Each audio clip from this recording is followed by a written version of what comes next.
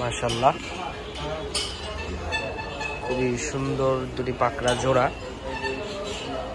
মাশাআল্লাহ, সামায়ের এগরোড।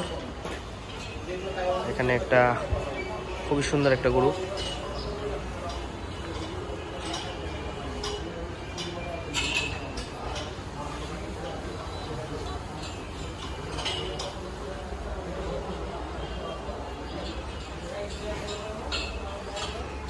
এখানে সব সুন্দর সুন্দর গরুগুলো সামায়ের এগরোড।